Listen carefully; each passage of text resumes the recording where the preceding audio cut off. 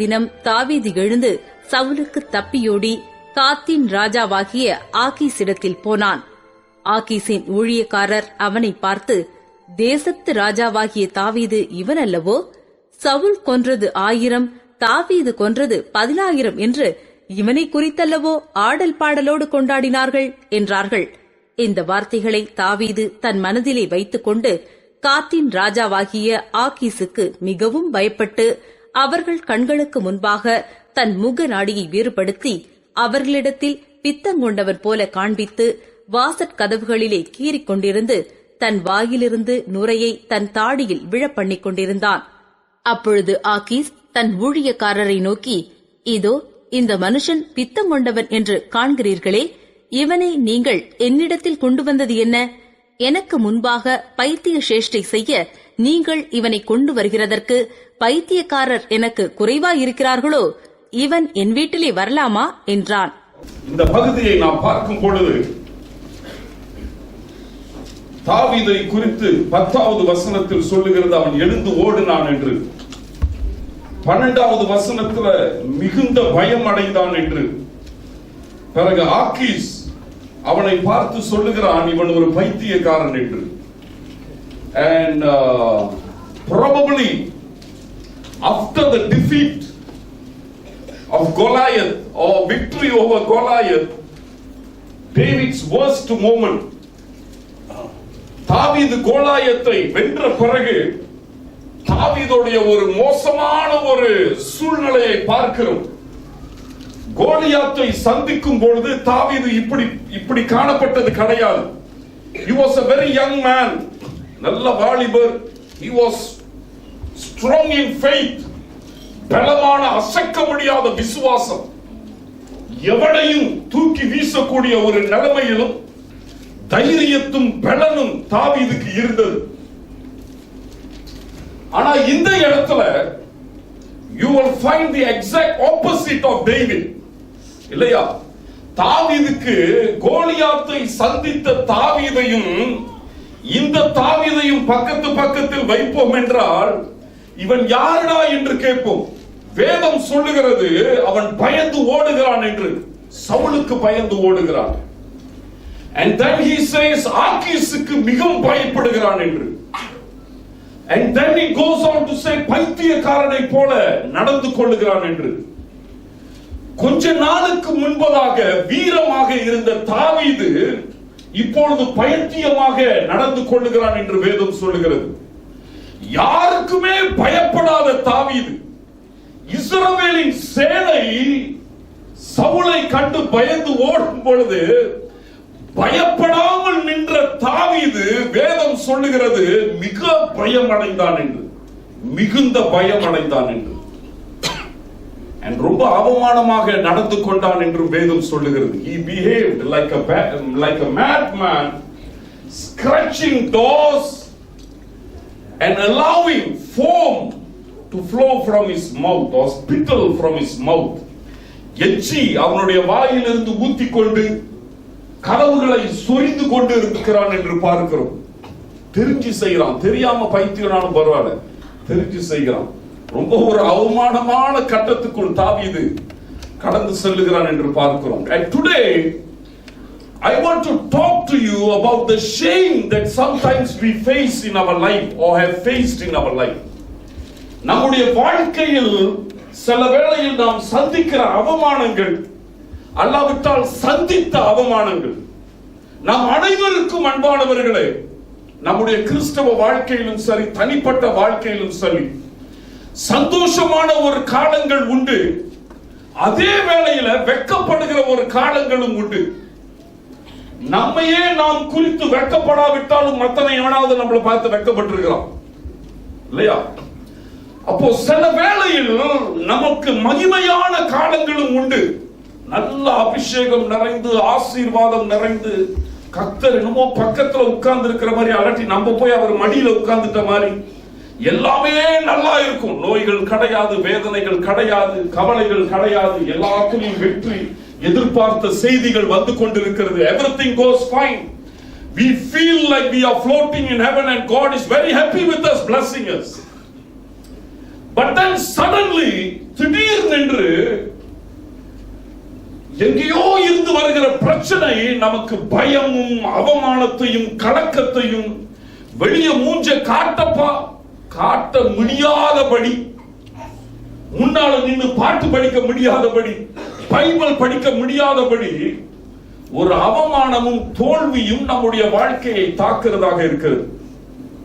And we want to see from the scriptures, வேதாகமத்தில் இருந்து, what the Bible says about this, இதை குறித்து நமக்கு என்ன சொல்லுகிறது என்று.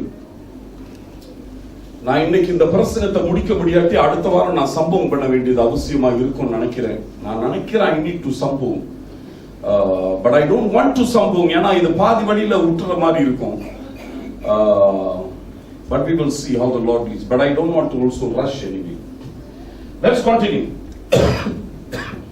தாவீதுக்கு அன்பானவர்களே, இது முதல் அனுபவம் கிடையாது, அவமானம் கிடையாது. This was not the first time that David faced such severe embarrassment. ஒரு பயங்கரமான ஒரு அவமானத்தை இது முதல் தடவை கிடையாது. இன்னும் கொஞ்சம் தள்ளி போனீங்கன்னா அவனுடைய வாழ்க்கையில 2 சாமுவேல் 11வது அதிகாரத்துல பெத்ஷிபாவோடு செய்கிற அந்த பாவத்தை குறித்து உங்களுக்கு தெரியும்.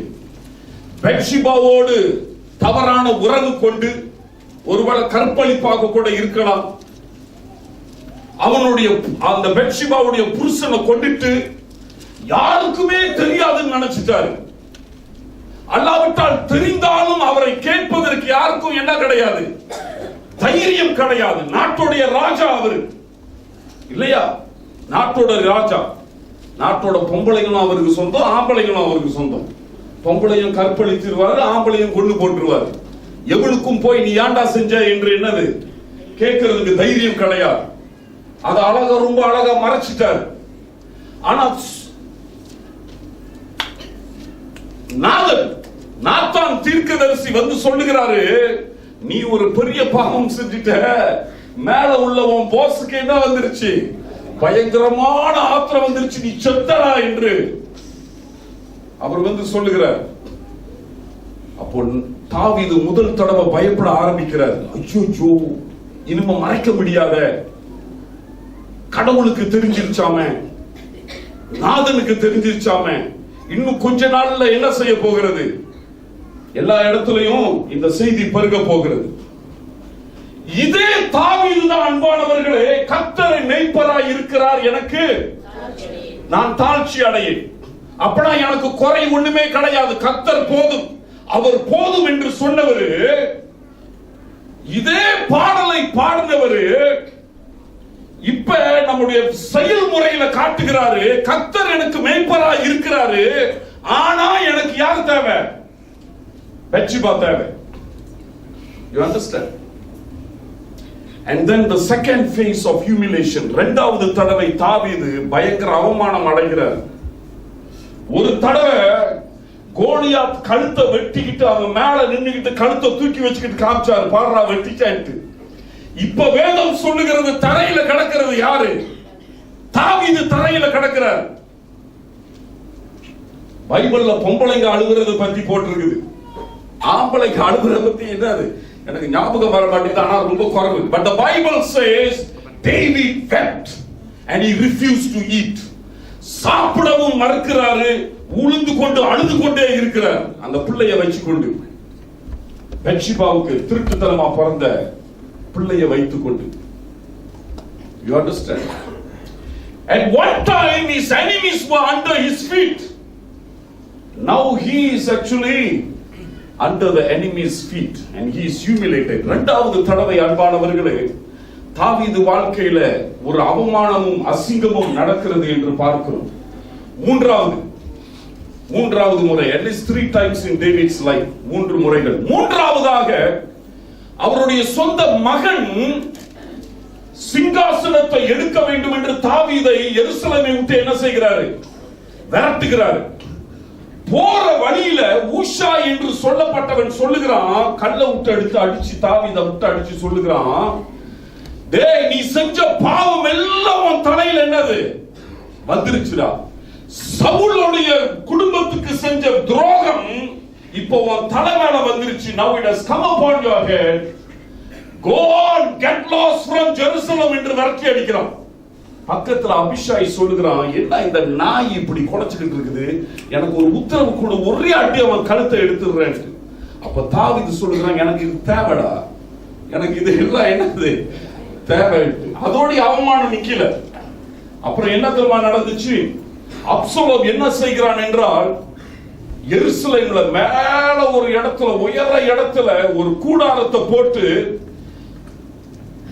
எந்த பொம்பளைகளோடு தாவீது உறவு கொண்டானோ அதே பொம்பளைகளோடு அவருடைய மகன் என்ன செய்கிறான்? உறவு கொள்ளுகிறான். எனக்கும் இந்த தாவீது வீட்டுக்கும் ஒண்ணுமே கிடையாது என்று. You understand? Public humiliation. The son humiliates him to the maximum. தாவீதுடைய வாழ்க்கையை பாருங்க. 3 விதமான அவமானத்தை குறித்து பேசினேன். ஒன்னு உபத்திரவத்தினால் வந்த அவமானம், அவன் நல்லதை செய்ததனால வந்த என்னது அவமானம் இல்லையா? கோலியாத்தை முறியடித்தான், நல்ல காரியத்தை செய்தான், இஸ்ரவேல் தேசத்துடைய அவமானத்தை நீக்கினான் என்று வேதம் சொல்லுகிறது. கோலியாத்தை சாகடித்து பலஸ்தீனியர்களிலிருந்து விடுதலை கொடுத்ததுனால இந்த சவுல் கிறுக்கு பையன் இவனை என்ன செய்ய பார்க்கிறான்? சாவடிக்க பார்க்கிறான். அதனால ஓட வேண்டியதா இருக்கிறது. அதனால வந்த அவமானம். Humiliation by persecution. இரண்டாவதாக humiliation because of his own mistake. அவனுடைய சொந்த தவறினால் சென்ற அவமானம் இல்லையா? அவனுடைய இச்சையை அடக்க முடியாத காரணத்தினால் வந்த அவமானம். எல்லாத்துக்கும் தெரியாது, மறைச்சிடலாம் என்று நினைச்சான். ஏன்னா ராணுவர்கள் அந்த நாட்கள்ல எருசலேம்ல கிடையாது. யோவாப் மூலியமாக எல்லாம் எருசலேம் விட்டு சண்டைக்கு போயிட்டாங்க. இவன் ஒண்டி தான் இருக்கிறான். And he thought he can get away with the sin. அந்த பாவத்தை செய்துவிட்டு தப்பித்திரலாம் என்று நினைச்சான். ஆனா பாவம் திரும்ப அவன் முன்னால வந்து என்ன செய்கிறது? நின்னு அவமானப்படுகிறது. சொந்த தப்புனால செய்த வந்த அவமானம். மூன்றாவதாக பிள்ளையினால் வந்த அவமானம். அவனுடைய சொந்த பிள்ளையினால இவனுடைய மானம் போய்விட்டது. But David was not an ordinary man. David was a good man. ஒரு நல்ல மனுஷன், கடவுளுக்கு பயந்த ஒரு மனுஷன். But then problem after problem after problem hitting. பிரச்சனைகள் விளங்குதா? பிசாசு சொல்றாங்க ஒரு மனுஷனை 3 வகையில சோதிப்பான். ஒன்னு அவனுக்கு உபத்திரவத்தை கொடுத்து, இரண்டாவது அவனுக்கு ஆசையை கொடுத்து, மூணாவது அவன்கிட்ட பொய்ய சொல்லி என்று. persecution, seduction or deception. இந்த 3 வகையில பிசாசானவன் ஒரு மனுஷனை சோதிப்பான். இந்த 3 வகையிலும் நான் நினைக்கிற தாவீது விழுந்துட்டான். ஒன்னு பிரச்சனையினால விழுந்தான், உபத்திரவத்தினால செய்தான், நான் விழுந்தான், நல்லதை செய்து போய் அவனுக்கு அவமானம் கிடைத்தது. இரண்டாவதாக அவமானம் வந்த காரணம் அவனுடைய சொந்த பலவீனத்தில் விழுந்ததுனால. மூன்றாவதாக அன்பானவர்களே, அவன் விழுந்த காரணம் அப்சலோம்னால என்ன செய்யப்பட்டான்? ஏமாற்றப்பட்டான், பொய் சொல்லப்பட்டான் என்று பார்க்கிறோம். தாவீதுடைய வாழ்க்கையில நான் நினைக்கிறேன், அவனுடைய வாழ்க்கையில எப்பயுமே இந்த அவமானங்களை திரும்பி திரும்பி பார்த்திருப்பான், ஞாபகத்துல வந்திருக்கும். அவனா பார்க்காட்டினாலும் ஞாபகம் வந்துடும். நமக்கு, உங்களுக்கு, எனக்கு வர்றது நம்முடைய வாழ்க்கையில சில செய்த தப்புகள், ஏண்டா அப்படி செஞ்சேன்னு திடீர்னு என்ன செய்யும்? ஏரோ மாதிரி, ஐயா அச்சே அந்த காரியம் நடந்துருச்சு அப்படின்ற அவமானம். அவமானம் லேஸ்ல போகாது. சில சம்பவங்கள் நம்மை ஞாபகம் ஊட்டி கொண்டே இருக்கும். நீ இப்படி விழுந்தடான் வழங்குதா? What does the Bible say? வேதம் என்ன சொல்லுகிறது? We all sometimes have a very hurtful and a bad and a bitter past. நம் அனைவருக்கும், அநேகருக்கு சில வேளையில கடந்த நாட்களில் பொல்லாத அனுபவங்கள் இருக்கிறது, கசப்பான அனுபவங்கள். நம்முடைய சொந்த பாவத்தினாலேயோ மற்றவர்களுடைய பாவத்தினாலேயோ மறக்க முடியாத என்னது அனுபவங்கள். இந்த அனுபவங்களை நாம் சமாளிக்காவிட்டால், இந்த அவமானங்களை நாம் சமாளிக்காவிட்டால், if we don't handle this shame according to the solution that the Bible gives us, then it will keep on haunting us until we die. நாம் சாகிற வரையில இந்த அவமானங்கள் நம்மை தனியாக விடாது, அப்படியே வந்துகிட்டே தான் இருக்கும். உன்னுடைய வாழ்க்கையை உயிரோடு சாகடிக்கிறது நம்முடைய அவமானம். But the Lord never meant it to be like that. தெய்வன் அன்பானவர்களே அப்படி இருக்க வேண்டும் என்று சித்தம் கொள்ளவில்லை. நம்முடைய தவறுகள், நம்முடைய பலவீனங்கள் எல்லாத்தையும் என்ன செய்திருக்கிறார்? அவரு அறிந்திருக்கிறார், எல்லாவற்றையும் அறிந்திருக்கிறார். நேற்று கூலாயில நான் நினைக்கிறேன் நினைக்கிறேன் எங்க எதுல பேசினேன்? யாரு சொன்னா?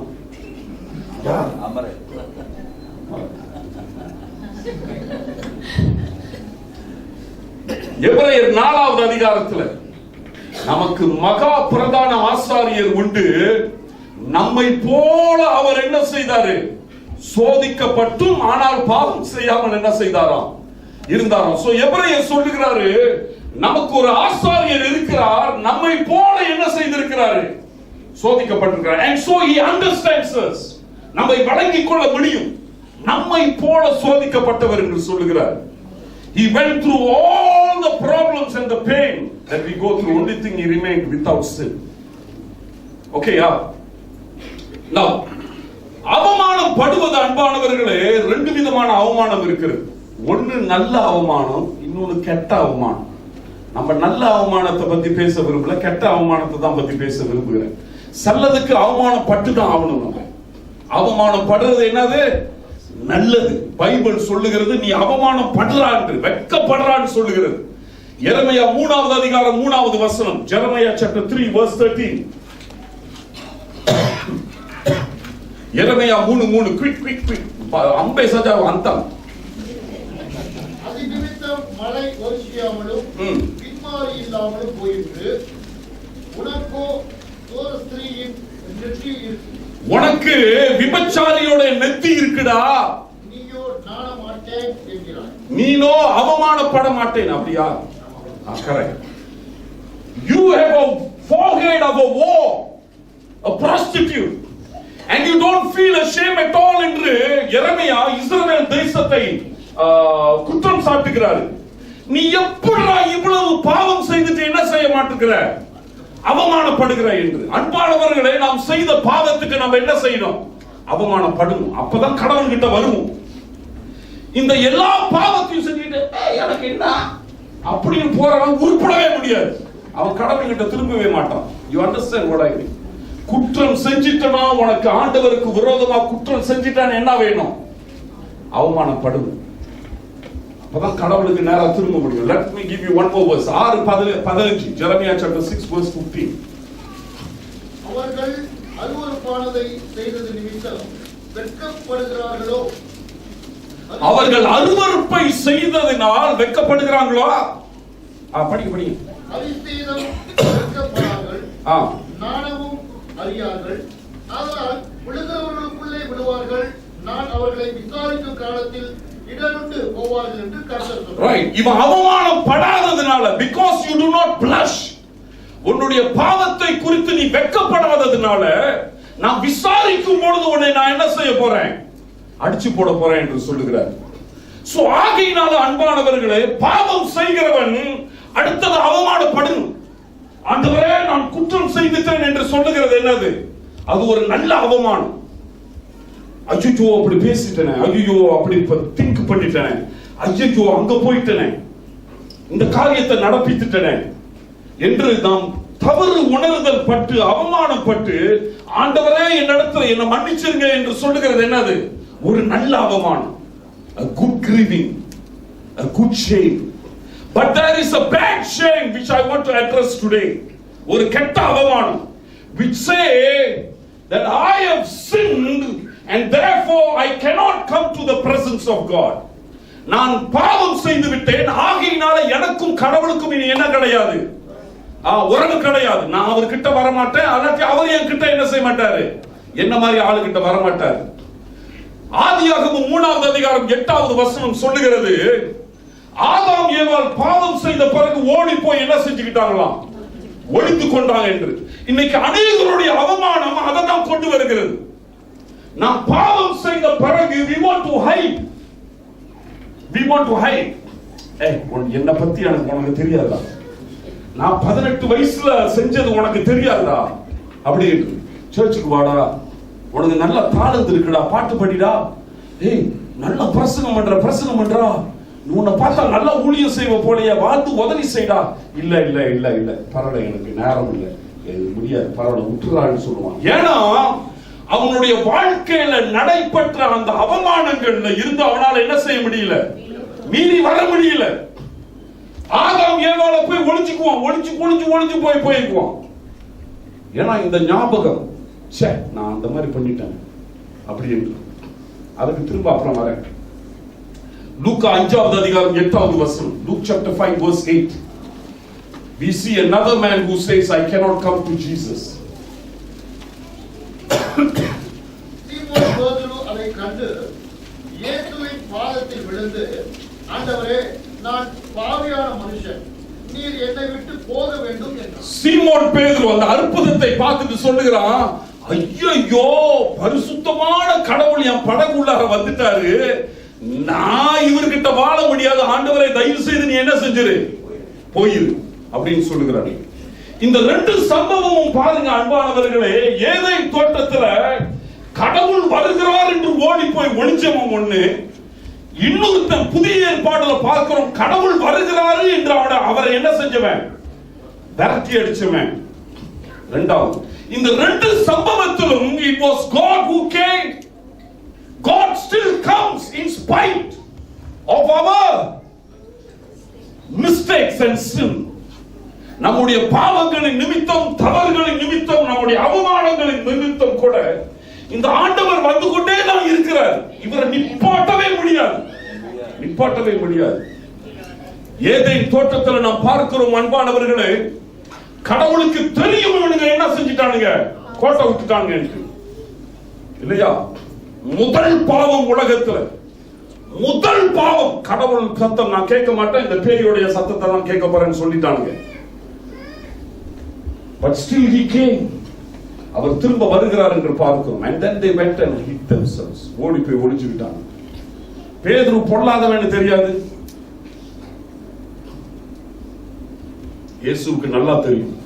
ஆனா அவன் படகு தான் வேணும்னாரு, அவன் படகுல தான் அற்புதம் செய்வேன் பிடிக்கிறாரு.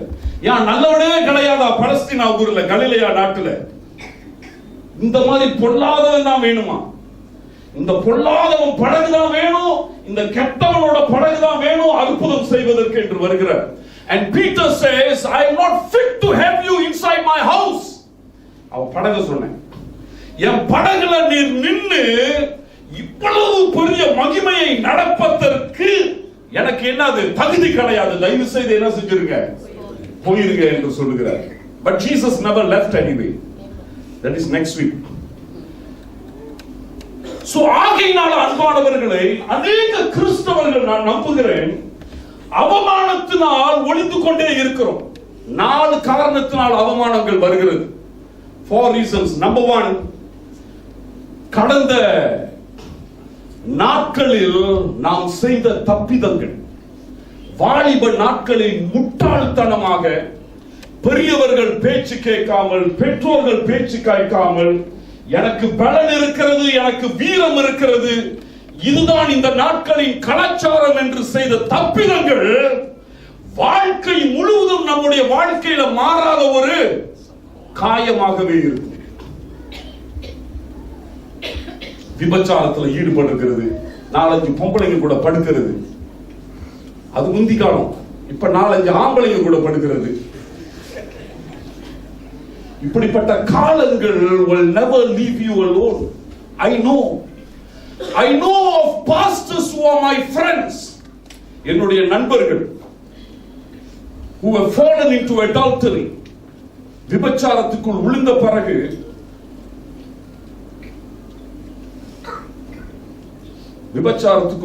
பிறகு என்கிட்ட பார்த்து பேச கஷ்டம், என்கிட்ட மட்டும் இல்ல எல்லாத்துக்கிட்டையும் தான் பேச கஷ்டம் என்று. And when I preach in their churches about sin, adultery, their head have gone down. I have seen it. நான் என்ன செய்யறது, பேசிதான் ஆகணும். அந்த டாபிக்ல பேச சொன்னா அப்படிதான் பேசிதான் ஆகணும், ஆண்டவர் கொடுக்கும்போது. You understand what I mean? Youths, if you are here, don't ever play with your life. what you do today will not end tomorrow. இன்னைக்கு நீ செய்யறது இன்னைக்கோடு என்ன செய்யாது, முடியவே முடியாது. நான் சொல்றேன், நீ பட்டி உள்ளார வைக்கிற வரல உன்னை விடாது. நீயே விட்டாலும் எங்களை மாதிரி ஆட்கள் விட மாட்டோம்.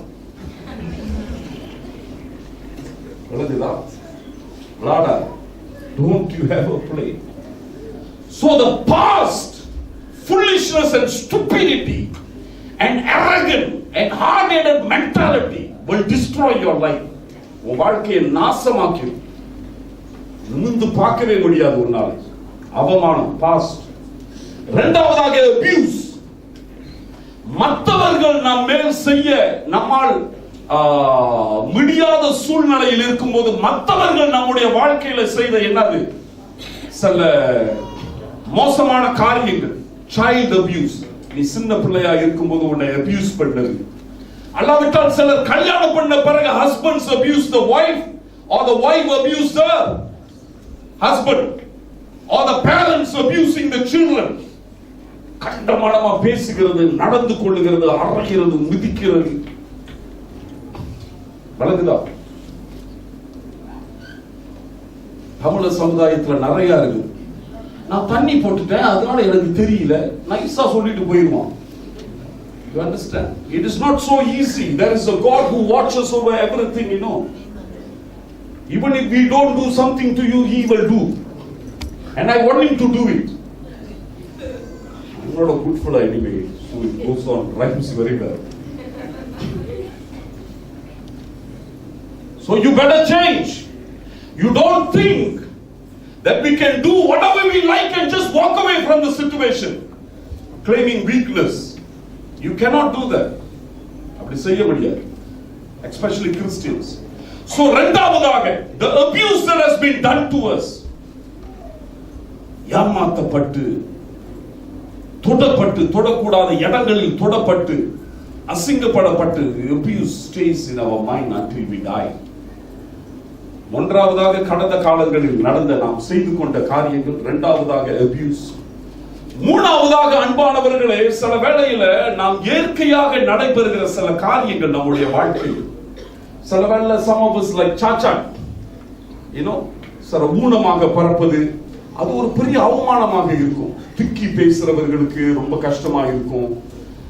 நுண்டி நடக்கிறவர்கள், கையில் வேலை செய்யாத ஒரு கண்ணு, சிலருக்கு அந்த கண்ணு ஓடும்.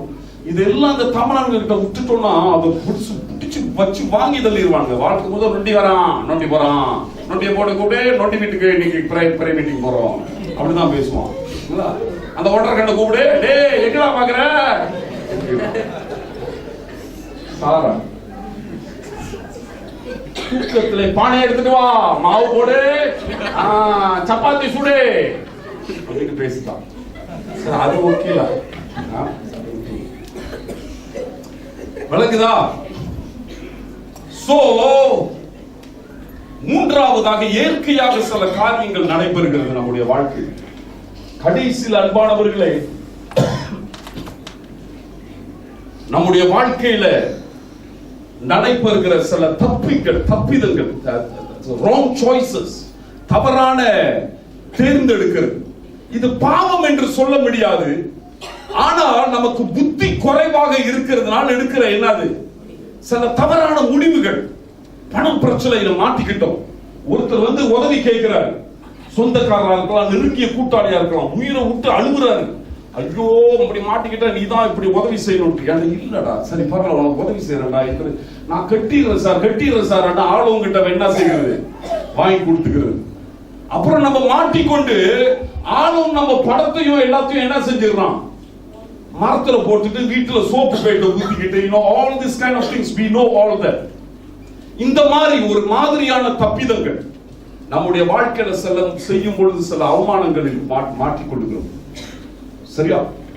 சோ ஆகையினால அன்பானவர்களே, இந்த அவமானம் பல வகையில் நம்மை தாக்கி கொண்டிருக்கிறதாக இருக்கிறது. But God knows everything. எபிரேயர் 4ஆம் அதிகாரம் சொல்லுகிறது போல, தேவன் நாம் அனைவரும் கடந்து செல்லுகிறதை என்ன செய்திருக்கிறாராம், அறிந்திருக்கிறார். Let us go to Hebrews chapter 4. I didn't want to speak on that, but maybe I will close with that. You will go with a little bit comfort. ஏன்னா so the Kulai people must bear with me. ஏன்னா நான் தொடர்ந்து போனேன்னா I cannot finish on. இதுங்களுக்கு எல்லாம் கீழே போதுங்க, அவமானமா போது பார்த்து எங்கேயாவது வருது.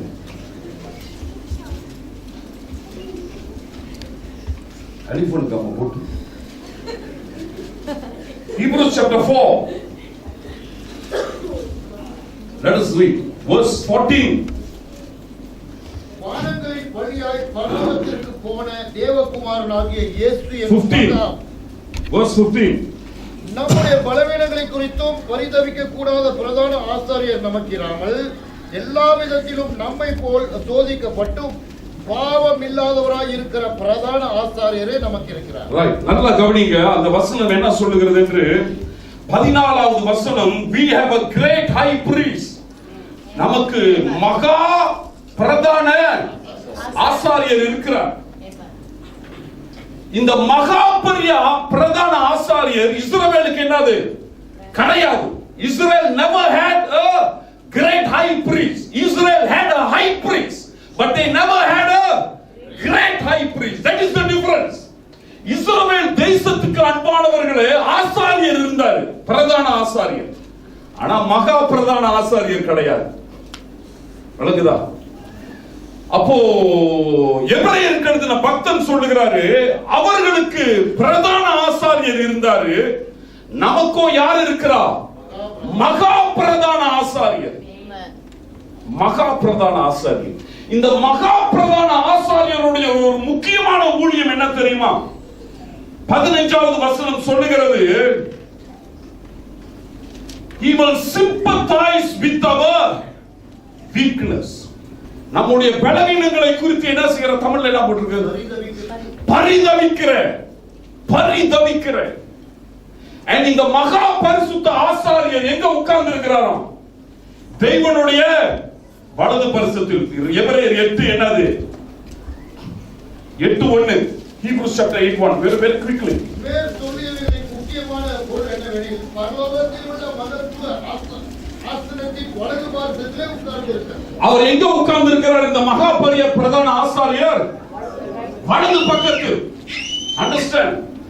When we meet God one day, கடவுளை பார்க்கும் பொழுது, you cannot say I met God and came back. You got to see somebody who is sitting on the right side. யாரு? Jesus Christ, இயேசு கிறிஸ்து. And you find that this Jesus Christ is somebody who sympathizes with all our weaknesses. Understand? இந்த கடவுளுக்கு முன்பதாக நிற்பது. அதனால தான் எபிரேயர் 4ல சொல்லுகிறார், நாம் தைரியமாக அங்க போவோம் என்று. எப்படி தைரியம் நமக்கு வருகிறது?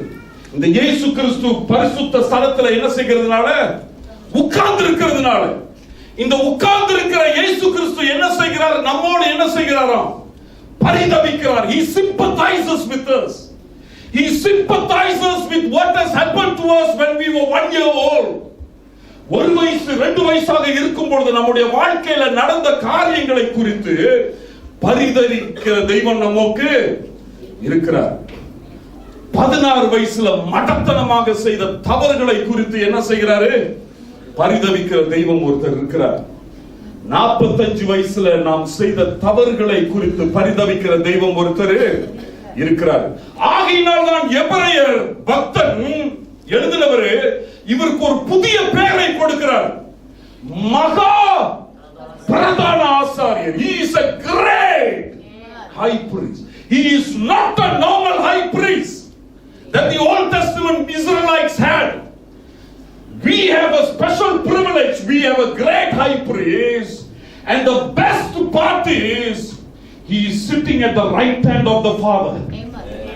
பிதாவின் வலது பக்கத்தில் உட்கார்ந்து இருக்கிறார். And wherever you go, the Son nudges him. ஒரு குத்து இடுப்புல சிக்கா. யாரு? பிதாவின் இடுப்புல சிக்கா. காணிக்கை விட்டுருங்க. நவமணி says. You understand? மகா பிரதான ஆசாரியர் who is able to என்னது? Sympathize with us. வழங்குதா? சோ அன்பானவர்களே, let me conclude with this. அவமானங்கள் நம் அனைவருக்கும் இருக்கிறதாக இருக்கிறது. ஆனா இந்த அவமானங்கள் நம்மை மேற்கொள்ள கூடாது. இந்த அவமானங்கள் எல்லாவற்றையும் வேதாகமத்தின் மூலியமாக பார்க்க வேண்டும் நம்முடைய வாழ்க்கையில். அதனால நான் என்ன வேணாலும் செய்யலாமா? கிடையாது. அதுக்காக தான் இந்த பிரசங்கமே. இதை செய்யாத, நாசம் ஆயிராத என்று சொல்றதுக்காக. You understand? பட் ஆனாலும் நாம் இந்த அவமானங்களோடு வாழ வேண்டும் என்பது தேவனுடைய என்னது சித்தம் கிடையாது. ஏன்னா அவமானங்கள் is like a pit that will always pull you down and keep you there. இந்த அவமானங்கள் எப்பொழுதுமே உன்னை கீழே இழுத்து வைத்து அங்க மேல வராதபடி செய்துவிடும். தாவீது மாதிரி you cannot get up. மேல எந்திரிக்க முடியல அவனால. பெத்ஷிபாவை கொன்னுட்டான், யூரியாவை கொன்னுட்டான், பிள்ளையை கொன்னுட்டான், கடவுளுடைய பேரை கொன்னுட்டான். கொஞ்சம் முந்தி பாடுனாங்க இவன மாதிரி ஆளு கிடையாது என்று. இப்ப எல்லாம் காரி துப்புறான். நம்ம ராஜா king. The Lord is my shepherd, I shall not want. நம்ம ராஜா. தாவீது கோலியாத்தை குட்டுக்கும்போது எப்படி துள்ளி ஓடுனான் பாத்தியா? அனாயிண்டிங்ல அவன் தான் நம்ம ராஜா. பெத்ஷிபாவை கொன்னுட்டான்டா, யூரியாவை கொன்னுட்டான்டா, பிள்ளையை கொன்னுட்டான்டா. இவனோட கடவுள் என்ன ஆச்சு? எங்க? Where is his God? Where is his talk? அவமானம். And so David is flat on the floor. எல்லாம் சொல்றாங்க, சார் எந்திரிங்க சார், சாப்பிடுங்க சார், எந்திரிங்க சார், போதும் சார், போதும் சார், போதும் சார். எந்திரிக்க முடியல. நாங்களாம் விட்டுட்டோம் சார், பரவாயில்ல சார், மறந்துடுறோம் சார், பலவீனத்துல விழுந்துட்டீங்க சார், பரவாயில்ல சார், பரவாயில்ல சார், முடிஞ்சிச்சு, விடுங்க சார், முடியல. You cannot get up. And God has got to come and minister wisdom into this man. தெய்வன் இறங்கி வந்து அன்பானவர்களே இவனை ஞானத்தினால் பக்குவப்படுத்த வேண்டியதாக இருக்கிறது. Until he got up and then again he started to shine for the Lord. You understand what I mean? A sympathizing high priest, பரிதவிக்கக்கூடிய பிரதான மகா பிரதான ஆசாரியர். And that ministry must come to us. நமக்கு அனைவருக்கும் தேவை. அல்லாட்டி நம்ம யாருமே முன்னால போக முடியாது. முன்னால நின்று பிரசங்கம் பண்ணுகிறவர்கள், தீர்க்க தரிசனம் கொண்டு கொடுக்கிறவர்கள், பாடுகிறவர்கள், எல்லாத்துக்குமே அவமான காலங்களும் கட்டங்களும் உண்டு. And we can only stand because of the ministry of the Holy Spirit. Amen. Holy Spirit. That's all that graduate says, to stand before God. So don't worry. You go with this. You come next week. I will share with you again the biblical perspective, how the healing comes from God. எப்படி தெய்வன் நம்மை சுகப்படுத்துகிறார் என்று. இந்த அவமானத்தில் இருக்கு. அவமானம் is not the end. Jesus is the end. Amen. Understand? அவமானம் முடிவு கிடையாது. அவமானம் முடிவு கிடையாது. கேத்ரின் குல்மன் என்று சொல்லப்பட்டவர்கள் பெரிய சுவிசேஷம் ஊழியம் செய்தவர்கள். She went through shame and defeat. And then God raised her up again. தினகரனுடைய பிள்ளை ஆக்சிடென்ட்ல சாவடிச்ச பிறகு everybody was asking, பரலோகத்துக்கு போயிட்டு வராராம, கடவுள்கிட்ட முகமுகமா பேசுறாராம, என்ன கடவுள் காப்பாத்தலையா? அவருக்கு ஜெபம் பண்ணலையா? ஜெபம் பண்ணா எல்லாம் நடக்கும் சொன்னாரு, கடவுள் கூடயே இருக்கிறாருன்னு சொன்னாரு, உன் கால்களை கல்லில் இடராதபடி தூதர்கள் சுத்தி இருக்கிறாங்கன்னு சொன்னாரு. பிள்ளை செத்து போச்சு. 18 வயசா? ராமா சொல்லிருப்பாரு. சரி, ஏறக்குறைய அந்த மாதிரி தான். 18 வயசு. இவர் இழுத்துக்கிட்டு கிடக்கிறார் ஹாஸ்பிட்டல்ல. மாவல்ல பத்திரிகையில கூட எழுதுனாங்க. ஏன்னா நானே படிச்ச பத்திரிகையில ஒரு சோடா இருக்குது அந்த மாதிரி எழுதுறதுக்கு. எப்பயுமே நம்மளை சுத்தி சோடா இருக்கும், நம்மளால விட்டு போக முடியாத குத்துறதுக்கு. You understand? But God still raised him up again. It is only this healing and this ministry, இந்த ஊழியமும் அன்பானவர்களை இந்த மருந்தும் ஒரே இடத்துல வரும் என்றால் இந்த தெய்வன் இடத்துல தான். And that is the only place to turn to with your shame. Never turn to your friends, never turn to your relatives, never turn to your own stupid self. Nobody can medicate you except Jesus Christ. Understand? Because nobody can medicate you in this area. இந்த இடத்தில் மட்டும் யாராலையும் என்ன செய்ய முடியாது, மறந்து போட முடியாது. You turn to your own self will condemn you. அதனாலதான் முடிச்சிடுறேன். பரிசுத்த ஆவியோட ஊழியத்தை குறித்து பேசும் பொழுது he will convict you என்று இருக்கிறது. he will convict. உங்கள் குற்றங்களை என்ன செய்வாரு, காட்டுவாரா? தமிழ்ல எப்படி இருக்கு? he will convict you of sin. he will never condemn you. Both are different words. convict என்று சொல்லுகிறது, டேய் நீ அந்த தவறு பண்ணிட்ட, மனம் திரும்படா, விட்டுறா, கடவுள் கிட்ட வந்துடுறா. that is conviction. condemn என்று சொல்லுகிறது, நியாயம் தீர்க்கிறது. நீ தவறு பண்ணிட்ட, ஏன்டா உயிரோடு இருக்கிற, செத்து தொலை, நீ முடிஞ்சிச்சு அப்படி என்று சொல்லுகிறது. you understand what I mean? and பரிசுத்த ஆவியானுடைய ஊழியம் என்னவென்றால் is not to condemn but to convict. he comes and tells us, never mind David, get up, we got some more work to do. never mind David, let's get up and run again. never mind David, get up, let's finish the race. never mind David, you are limping now, but I will run along with you. never mind David, you made a mistake, you have sinned, I am hurt, but never mind, let's get up and run. யோவான் 8ஆம் அதிகாரத்தில் ஒரு விபச்சாரி முன்னால வந்து நிற்கிறார். அவர் என்ன தெரியுமா சொல்லுகிறார்? I don't condemn you also. I am not going to condemn you. Because my ministry is not to condemn, my ministry is to redeem. என்னுடைய ஊழியம் ஒரு மனுஷனை நியாயம் தீர்த்து அழிப்பதற்காக அல்ல, அவனை மீட்டு எடுப்பதற்காக.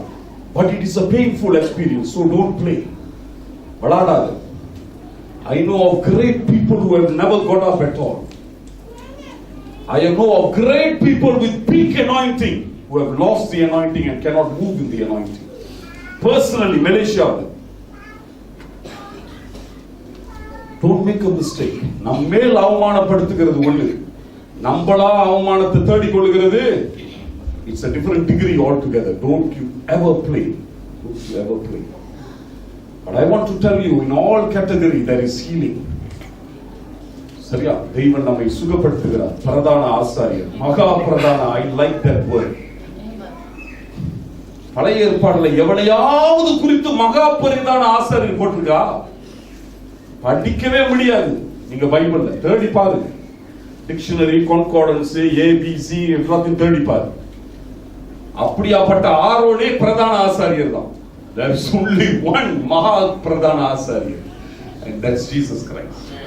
And healing can only come from him. Amen. I'll continue next week. அடுத்த வாரம் Saya akan sambung. Actually I want to take a break, but let us pray. Father, we commit this time into your hands, O Lord. இந்த நேரத்தை உம்முடைய கரங்களுக்குள் ஒப்புக் கொடுக்கிறோம் ஆண்டவரே. தகப்பனே, காயப்பட்டவனுக்கு தான் தெரியும் சுவாமி. உள்ளத்தின் கசப்பு உள்ளத்துக்கு மட்டும்தான் தெரியும் ஆண்டவரே. அடிக்கப்பட்டவனுக்கு தான் தெரியும் பிதா, அடி விழுந்தவனுக்கு தான் தெரியும் சுவாமி. ஆனால் ஆண்டவரே, உமக்கும் தெரியும் என்று பைபிள் சொல்கிறது சுவாமி. பரிதவிக்கக்கூடிய மகா பிரதான ஆசாரி, பரிதவிக்கக்கூடிய மகா பிரதான ஆசாரி. What a glorious word that is, Lord. That is magic, Father. இது அற்புதம் ஆண்டவரே. பரிதவிக்கக்கூடிய மகா பிரதான ஆசாரியர் எங்களுக்கு இருக்கிறார் ஆண்டவரே. அதற்காக நன்றி சுவாமி. அருமையான ஜனங்களுக்காக ஜெபிக்கிறேன். காயப்படாதவர்கள் யாரும் கிடையாது, ஆனால் ஆண்டவரை சுகப்படுத்துகிறவரும் இங்குதான் இருக்கிறார் என்று எங்களுக்கு தெரியும் ஆண்டவரே. எங்களோடு மகா பிரதான ஆசாரியர் இருக்கிறார், அதற்காக நன்றி சுவாமி. இந்த வேளையில் இயேசுவின் நாமத்தில் உங்களுடைய வல்லமையின் நிமித்தம் சுவாமி, காயங்களுக்கு மருந்து போடும் பிதாவே, குற்றங்களை மன்னியும் சுவாமி. எங்கள் மீறுதல்கள், எங்கள் பாவங்கள், எங்கள் அக்கிரமங்கள் எல்லாவற்றையும் எடுத்து போடும் பிதாவே. மண்டை வருகிறோம் சுவாமி, உங்களுடைய பாதத்தை அப்படியே பிடிச்சுக் கொள்கிறோம் பிதாவே, அப்படியே பிடிச்சுக் கொள்கிறோம் சுவாமி. அப்படியே மருந்து போடுங்க ஆண்டவரே. யோவான் 8ஆம் அதிகாரத்துல விபச்சாரிக்கு மருந்து போட்டீங்களா ஆண்டவரே? நான் தீர்க்க மாட்டேன். போ, பாவம் செய்யாமல் போய் அப்படி என்று அவளை அனுப்பி வைத்தீர்கள் சுவாமி. எவ்வளவு சமாதானம். உலகத்தில் ஒரே ஒரு பரிசுத்தர், அவ்வளவு அக்கிரமக்காரி. ஆனாலும் இந்த பரிசுத்தர் இந்த அக்கிரமக்காரியை நியாயம் தீர்க்காமல் போ என்று அனுப்பி வைத்தீர்கள் பிதாவே. எவ்வளவு நல்லவர், எவ்வளவு நல்லவர். எங்களுக்கும் அதே வார்த்தையை இந்த காலையில கொடுக்கிறதுக்காக நன்றி. போ போ, நான் உன்னை நியாயத்து இருக்க மாட்டேன். போ, பயப்படாத, எல்லாத்தையும் மறந்து போ. நான் மறந்துட்டேன், அப்ப நீனும் மறந்து போ. அத்தனை ஞாபகம் பண்ணி வைத்திருந்தானா அது அவனுடைய பிரச்சனை. நான் மறந்துட்டேன், போ. சமாதானத்தோடு அனுப்பி வைக்க ஆண்டவரே. ஏன்னா நீங்க பிரதான ஆசாரியர் கிடையாது, மகா பிரதான ஆசாரியர். Touch us and bless us. Continue to lead us. Bless this people, O Father, so that we will fly. We will not crawl around with broken wings, O Father. ஆண்டவரே, உடைக்கப்பட்ட சரகுகளோடு நாங்கள் தடுமாறக்கூடாது ஆண்டவரே. விடுதலையாக்கப்பட்டவர்களாக பறக்க வேண்டும் ஆண்டவரே. அதற்காக தான் எங்களுக்காக வந்திருக்கிறோம்.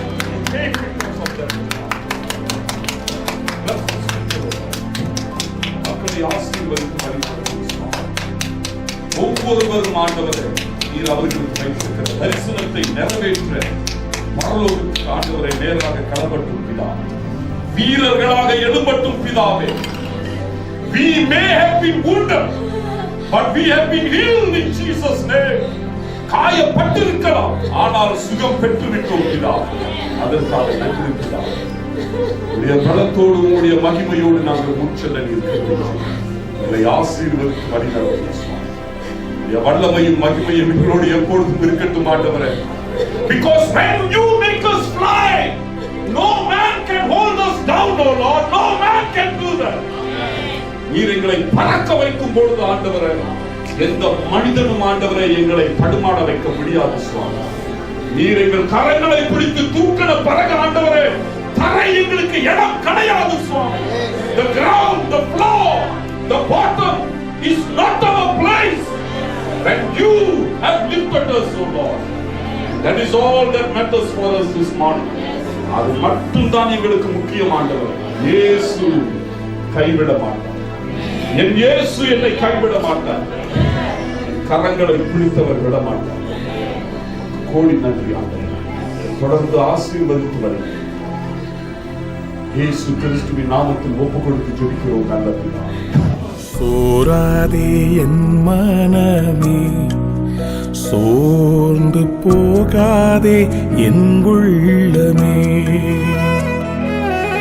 சோராதே என் மனமே, சோர்ந்து போகாதே என் உள்ளமே. மாறாத கர்த்தர் உன் பக்கம் இருக்கிறார், மாறாத